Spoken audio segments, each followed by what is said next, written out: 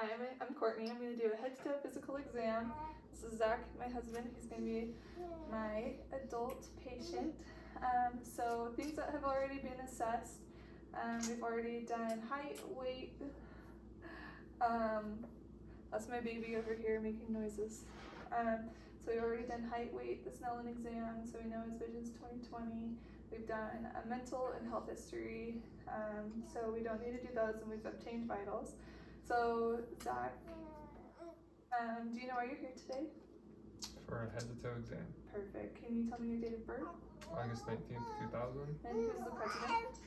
Joe Biden. And can you give me your full name? Zachary David Oliver. Perfect.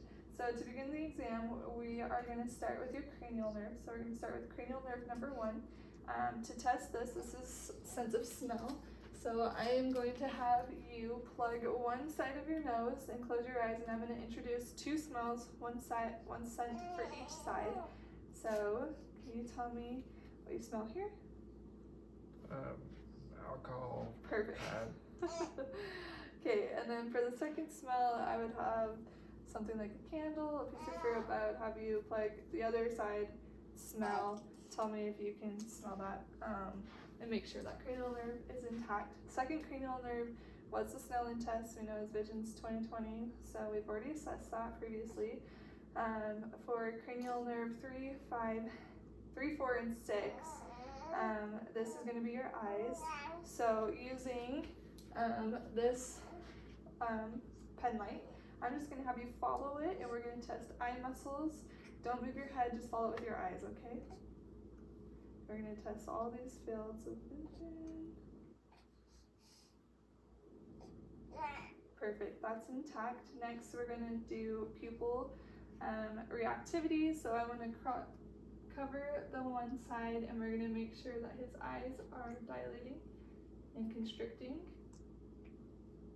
Perfect, and we're going to want to test that, or look at them and evaluate that they're round, equal, and then we want to test accommodation. So I'm going to have you focus on me, then look at the cabinet to the left, without moving your head, focus on me. Okay, and then look at the corner, listen, perfect, and then I'm going to have you follow this pen all the way into your nose. Okay, perfect, and they are accommodating. And then we're also going to just test a little bit of peripheral vision. So tell me at what point you can see my hands moving. Right there. Perfect, intact. Okay, and now for cranial nerve 5 and 7, I'm going to have you, so we're going to inspect kind of your jaw, teeth and everything. So I'm going to have you puff out your cheeks. Perfect, open your mouth. Okay, bite down, and I'm going to fill the jaw for TMJ. Perfect. Can you smile and frown? I'm assessing for symmetry, making sure that he can do all these things. Close your eyes and wrinkle your face. Okay, perfect. Sure can. Yeah. Now we are going to assess cranial nerve 8, that's hearing. So we don't have a tuning fork. If we did, we would do the Weber and Rhine test and see if he heard it through conduction or through the air better. But I'm just gonna have him plug one ear at a time, and I'm gonna whisper into the other one, and he's gonna tell me what word he hears. So plug one ear. Sorry. School. Perfect, and then we would do it on the other side. We would repeat it. And then we're gonna move on to cranial nerves. Oh, she's rolling. Cranial nerves, sorry, 9, 10, and 12. For this, we're going to assess tongue and make sure that that's all good. So I'm gonna have you stick your tongue out, okay, and then push it into the side of your cheeks, and I'm gonna feel perfect, and then open your mouth, say ah, and I'm gonna go ahead and look for uvula rising, and then we would also do a gag test if I had a tongue blade, assess, make sure the gag reflex is there, it's intact. And while we do this, I'm also going to inspect his mouth, mucous membrane. I'm gonna look at his teeth, see if there's any noticeable cavities, look for consistencies in gum, color, everything checks out. Soft palate, hard palate are intact, no deformities, those look great. So now we are going to move on to cranial nerve 11. So this is going to be kind of like your balance cranial nerve. So what I'm going to have you do is lift your shoulders. Okay, perfect. And then I'm going to put my hand here and I want you to push your head against my hand. Okay, and on this side, perfect. And then putting your hands against your legs, I want you to flip them really fast. Okay, perfect. And then touch your fingers to your thumbs quickly. Awesome, that's there. And now using an object that the patient is unaware of, but it's a common object, you're gonna close your hand and put out your palm. I'm gonna put this object in your hand and I want you to tell me what it is. It feels like a coin, a penny. Perfect, coin, that's perfect. And then we're also going to test your feeling in your hand, and I'm gonna draw a number in your hand, and I want you to tell me what number it is, okay? 8. Perfect. So those are both intact. Next, sorry, the baby is having some gas. Next we're gonna test balance. So if you can stand, with your eyes closed, and I'll kind of guide you, or make sure you don't fall. I'm gonna have you balance on one foot, so go ahead and do that. Perfect, and now switch feet. Perfect, and now just stand with your feet together, and eyes closed. Okay, perfect. And now if you can open your eyes. If you can take your heel and run it down your shins on both sides. That's perfect. Okay. You can go ahead and sit down. So balance is intact. Last thing I'm going to have you do is put your arms out wide and close your eyes, and then bring your right hand to your nose. Okay, and now your left. Perfect. So his proprioception is intact as well.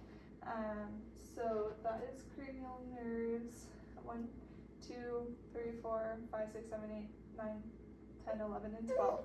They're all intact, they look great. So now we're just gonna move to a simple head to toe assessment. We're gonna start at the head, and I'm gonna feel for any abnormal bumps, lesions. He's gonna tell me if anything is tender, if it hurts. I'm also gonna make note of hair distribution and color. Make sure that there's no patches and signs of symptoms of deficiencies or disease, and that looks great. Next, we're gonna move to his ears, and if I had an otoscope, I would look in them and I would want to inspect the ear canal, make sure that his tympanic membrane is gray, that the light shines off of it and reflects back to me. I'm gonna look externally at structure, and I'm gonna feel if there's any tenderness. He's gonna let me know, and I'll do it on both sides. Check for any earwax and drainage, and it looks good. You can hold her if you need to.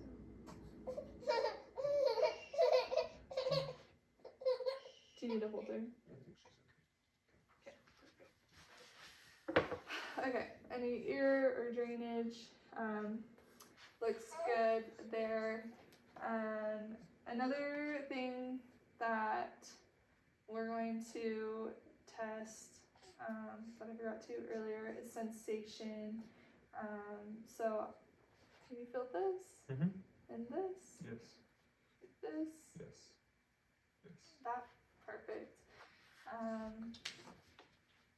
Okay, and now I'm going to have you raise your eyebrows and lower them. Perfect. Close your eyes and open them. Awesome. I'm going to inspect his nose. Again, with an otoscope, I would inspect internally at the turbinates, look for any sores, lesions, moisture.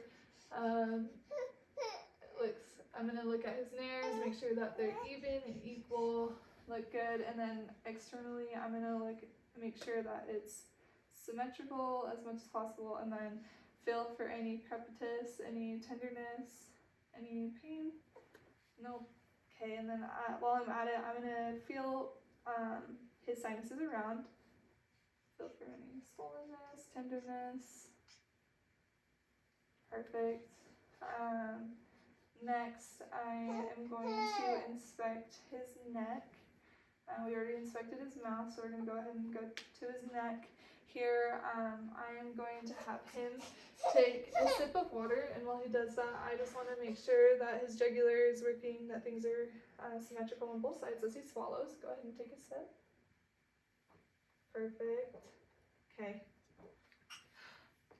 Perfect. And now I'm going to feel your jugular, so I'm going to have you tilt your head this side, and I'm going to make sure that everything is there and good. Other side. Perfect. And I'm going to feel his carotid pulses on both sides. They're bounding and present. I'm going to listen for a Brutus using the bell of the stethoscope.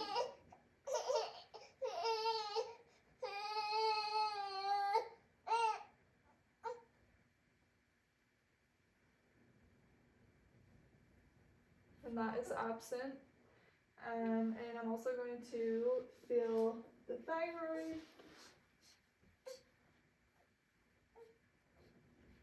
Okay, I'm also going to feel the thyroid and glands here as well, the lymph nodes. Okay, perfect. You want to just hold it? Yeah. Someone won't go to sleep. Okay.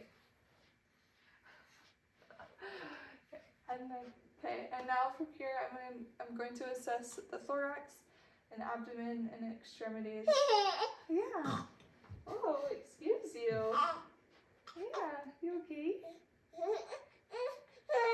So, what I would have him do is I would have him, if he's in a hospital gown, I would have him expose his back, and I would look for landmarks and make sure that structures look correct, no deformities, and then I'm going to perform a few tests. I'm going to feel for external, what's it called? Fred. I'm going to feel for vibrations, as he says 99, and we're going to follow his lung patterns, or like how it starts up and branches out towards the sides of his chest externally. So every time you feel me touch your back, will you say 99? Yes. 99. 99. 99. 99. 99. 99. Perfect. And I would do that posteriorly and anteriorly.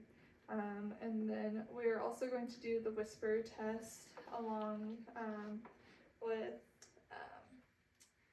I have this hard time saying them, but I'm going to have him say 99, and I'm going to listen for vibrations. And what a normal finding would be is that it would be clear up higher in these in the upper airways, and then as we move down lower, it should become more garbled and less coherent with the stethoscope. If it's abnormal, then you would hear it clearly throughout all branches of the lungs, or fields of the lungs, and that would indicate some congestion or issues going on that you would want to further inspect. So, and you're going to go back and forth in 7 fields. So I was saying 99. 99. 99. 99. 99. 99. 99. 99. Perfect. And then I'm going to have you say 1, 2, 3 normally, and I'm going to do the same thing. 1, 2, 3. 1, 2, 3. 1, 2, 3. 1, 2, 3. 1, 2, 3. 1, 2, 3. Perfect. And then for the last test, the whisper test, I'm going to have you whisper 99 again, and for a normal test, it should all be incoherent. 99.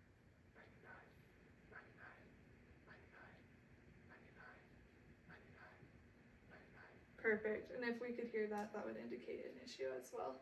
And then while I'm back here, I'm also just going to listen to the lung fields, make sure that they're clear and even. So every time I place my stethoscope on your back, I'm going to have you take a deep breath. So go ahead and take a deep breath. Perfect. Another deep breath. Okay. And another one. And then I would just follow the fields of his lungs again in the same pattern, starting up high and going out. And then I would also feel his vertebrae for any tenderness, and I would feel down his back and have him let me know if he feels anything. Any tenderness? Nope. Okay, perfect. And also we want to test CVA, so we're going to palpate around his kidneys, make sure there's no kidney pain, which can indicate a kidney infection, maybe like a UTI that backed up into his kidneys. So let me know if you feel any tenderness, okay? Nope. Okay. No tenderness. Perfect. And then I'm going to move interiorly, and I am going to do the same thing. I would have him expose his chest, look for landmarks and structures, and while he is facing me, I'm going to listen to all 5 heart landmarks. So we would start with aortic, which is going to be on the left side, second intercostal. And then I would listen. It's present. There's a rhythm. S1, S2, and then we're going to move to the right side, second intercostal for the pulmonic. And then we would go to third intercostal on the left side to listen for the second pulmonic. And then we go down to the fourth intercostal and listen for the mitral. And then we're going to listen to the apex of the heart, which is mid-clavicular line on the left side and fifth intercostal down. Sounds perfect. And then while I'm also here, I'm going to listen to all 12 lung fields. Take a deep breath. Okay, deep breath. Deep breath. Deep breath. Another deep breath. Perfect. Deep breath. Okay. And throughout this, I'm going to just keep monitoring and assessing his skin. Make sure that it's intact, pink, dry appropriately, and just look for any abnormalities. At this point in the assessment, I'm going to have him lay on his back. Okay. Hello.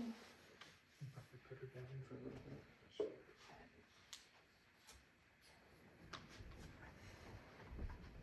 Okay, so while he's on his back, I want to assess abdomen, bowels. So we're going to look, listen, feel. So I would first assess if he had a hospital gown on and it was appropriate to lift up his shirt. And then I'm going to look at his abdomen. Does everything look right? Yes. And then we're going to listen. Okay. And we listen in all 4 quadrants. What? You're making this difficult. There you go. Okay. Now listen to a minute in all 4 quadrants. Make sure that there's vowel sounds. And then we'll palpate. Okay. Lay right down. I'm going to do light pressure first and make sure there's no pain in all 4, and then we'll go in deeper.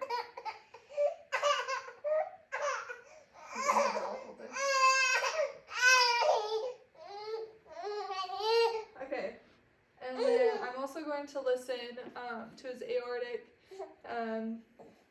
vein artery coming down and listen for a bruise.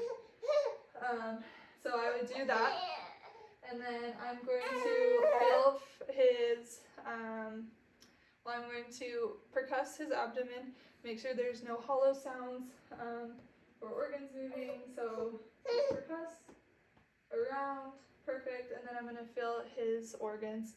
I'll have him take a deep breath in. I'm going to feel his liver standing on the right side of him, and I'm going to push.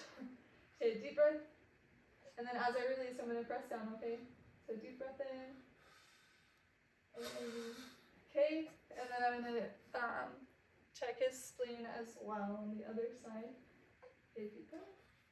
Okay, and what you want to do is just feel the edges, make sure that no organs are freely moving, and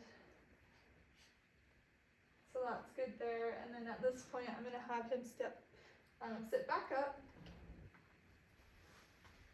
Okay. Back over here. Sure.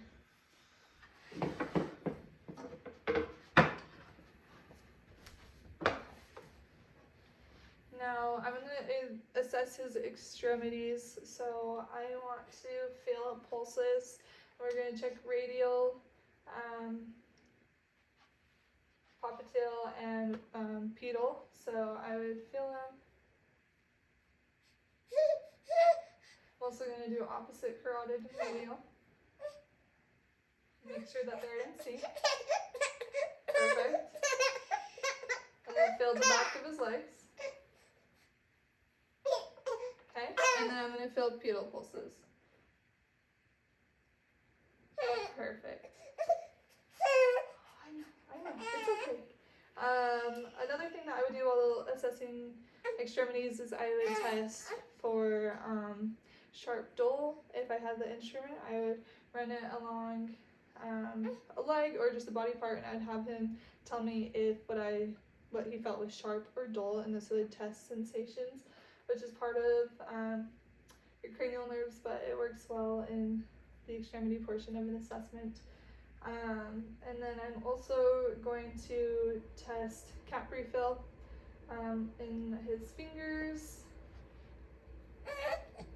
and then make note if it's less than 3 seconds, then there's proper circulation to his extremities. I can also do it in his feet, it is there.